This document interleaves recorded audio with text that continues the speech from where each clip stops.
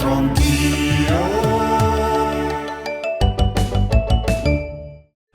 Ed eccoci, secondo appuntamento con Centro Anch'io speciale vini bresciani, sempre nel nostro bel vigneto qui a Capriano, il Montenetto, come tanti altri vigneti. Allora, caro Davide, adesso entriamo un pochetto più nelle lezioni di vino. Si parla del Satèn di Franciacorta oggi, esatto. Vero? Che ci dici? L'unica DOCG della provincia di Brescia, che è diciamo il punto più alto della certificazione, denominazione di origine controllata garantita. Satèn in particolare può essere usato solo su vini specifici. Che requisiti ha l'utilizzo della parola Satèn, ad esempio? È francese?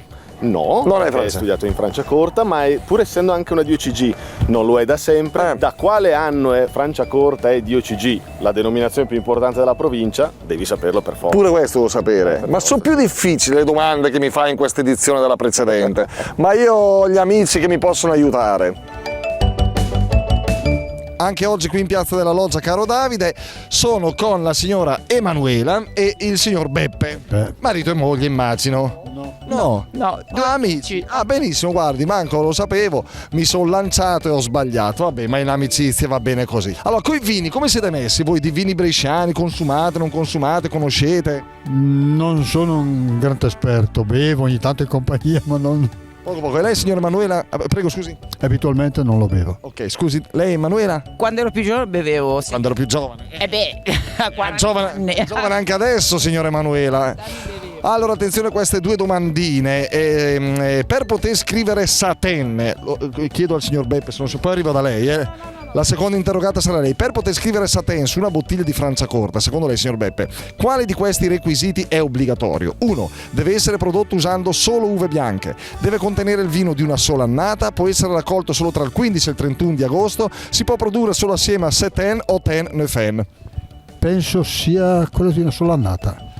No, lo commentiamo tra poco in studio, ma non è la risposta corretta. Signora Emanuela, in che anno Franciacorta ha ottenuto la DOCG, cioè la denominazione di origine controllata e garantita? Secondo lei, nel 1961 lei non era ancora nata, nel 1989 muoveva i primi passi o nel 1995 andava in prima elementare? La 3, 1995, brava signora Emanuela. Ha vinto lei 1-0. No, non ci rimanga male però, signor Beppe. Del 71 con Berlucchi.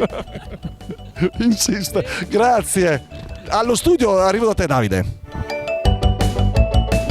E se volevano fare due passi per conto loro li abbiamo disturbati. Bravi, grazie Beppe ed Emanuele, siete stati davvero gentili. Che dici dei nostri intervistati? Allora, Beppe, glielo dico col cuore in mano, non devi restarci male, perché per il vino di una sola annata si utilizza la parola millesimato, mentre invece per la produzione di Satèn è prodotto solo con uve a bacca bianca, quindi solo uve bianche. Mentre invece Emanuela ha indovinato l'anno della DOCG Franciacorta, 1995. Beppe però ha fatto il suo ragionamentino, il Beppe. Non ha sbagliato dicendo e citando il 1961 con l'enologo Zigliani, perché è stata la prima bottiglia spumante prodotta in Franciacorta proprio del 1961, quindi Beppe in realtà ne sapeva più di quello che voleva farci capire. Dai, vabbè, ti abbiamo peccato in extremis, sei salvo caro Beppe, ce l'abbiamo fatta, te la sei cavata benino, insomma un 7 se lo porta a casa pure lui. Allora, abbiamo fatto una piccola promessa con voi cari amici all'ascolto, abbiamo detto che in ogni puntata poi avremmo abbinato i vini che raccontiamo a piatti tipici bresciani, e il Satèn Franciacorta.